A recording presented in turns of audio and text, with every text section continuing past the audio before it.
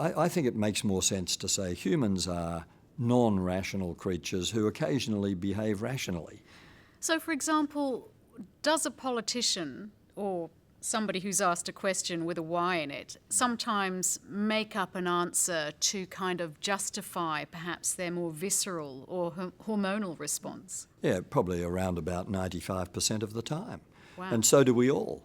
Of course, if you ask me why I did something, I want to make myself seem sensible. And I want to give you an answer that will seem to satisfy the expectation that you have. We just tend to do that. And in research, if you set up a questionnaire that has lots of why questions in it, of course you'll get answers. But I'd be very sceptical about whether those answers took you to the truth about what's motivating people or what their dreams or expectations or fears or anxieties are. You get a sense of what's visceral and what isn't when you're sitting in someone's lounge room listening to them chatting with a group of friends. If I can just go back to this question of politicians answering questions, because I think the public reasonably thinks that they should be able to believe a politician when a politician speaks. Is that wrong? Should we just assume that we can't believe what politicians say? One of the most widespread beliefs in most Western democracies, not just Australia, we don't have this on our own, is that politicians are untrustworthy when they're being grilled by journalists, that they're not likely to tell you I mean, the WikiLeaks phenomenon has spooked politicians all around the Western world because now there's this awful possibility that what people really think and what they've really said when they thought it was off the record is now in the public domain. And what's the almost universal response to that in the community? Well, that's pretty much how we thought it was. None of this seems very surprising, but why don't they tell us? Why aren't they more open? I think one of the great reservations that citizens in any Western democracy have is not so specifically are they telling us the truth, but are they giving us pat answers? Are they following the daily briefing? You know, are they on message? The 2010 federal election was a classic example of an absolutely, I was going to say jaded electorate, but it was worse than jaded, an electorate disgusted by the feeling that politicians were not being themselves, were not being open, or else didn't really have much to say because it was so sloganistic. But we do tend to hold politicians to account. So, for example, if somebody said something 3 months ago and then they change their tack on something, we point that out. Oh, yes. Yes, that's one of the favourite games of the media. Of course, but you said, well, we know in our personal relationships, but you said is a very unproductive opening to a sentence. And of course, well, I said that, but you said you would always love me. Well, I meant it when I said it. Now it's all changed. So, and of course politicians are in this terrible role in society where they're expected to be superhuman. They're expected not to contradict themselves, not to have an off day, not to make a careless remark. Look at the trouble Tony Abbott got into when he admitted to careless remarks. We thought that was outrageous. Well, we all make careless remarks. And if you said to a politician, but 3 months ago you said this, then, of course, what you get is slipping and sliding and somehow trying to justify, I still believe that, even though what I've just said seems to contradict it. It'd be so much healthier, and the electorate would feel so much more relaxed about politics if politicians would simply say, well, yeah, I did say that and I was wrong. I got it wrong. Things have turned out to be different from the way I thought they were going to be. The situation as I see it now is this, and I'm telling it to you as completely and honestly as I can today, but this situation is still evolving and it might be different in a week.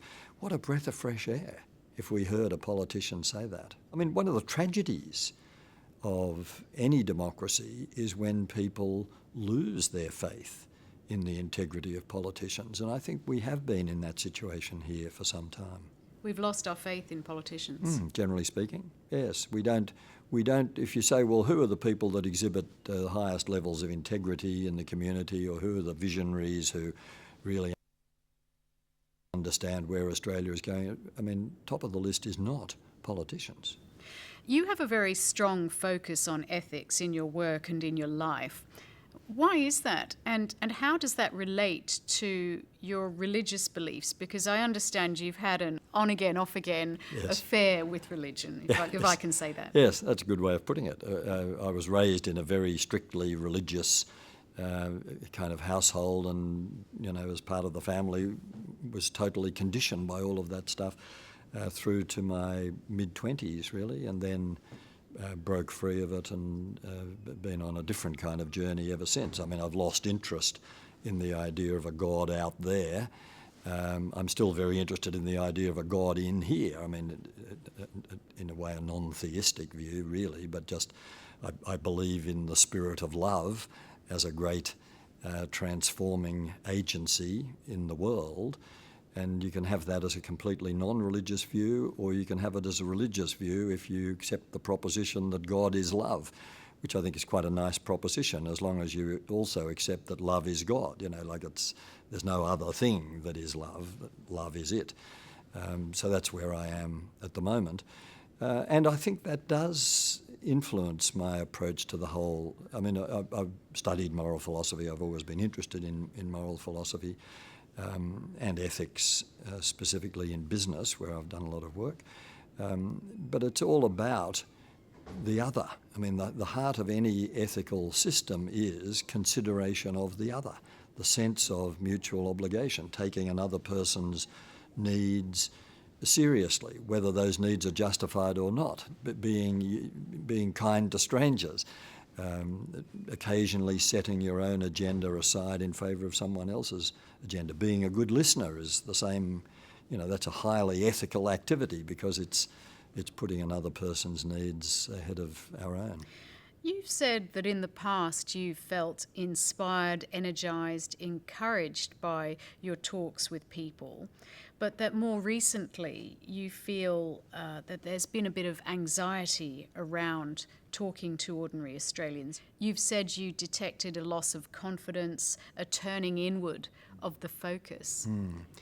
It seemed as though around the end of the 90s, it was all starting to feel a bit too much, and Australians were experiencing this well-known phenomenon of reform fatigue, too much change happening too quickly, plus various emerging, looming threats, the threat of environmental degradation, of international economic collapse, global warming, terrorism, all of these other things as sort of background rumbles to our anxiety about what was happening in Australia.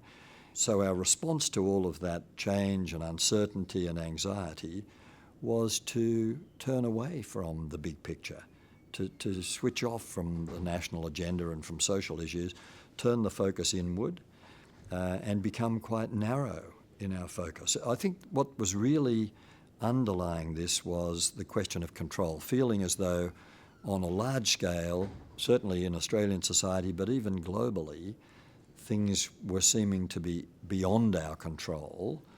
I mean, just to take one example, we strongly opposed as a society the invasion of Iraq, but we nevertheless invaded Iraq, and that led many people to say, see, it doesn't matter what you think or what you say.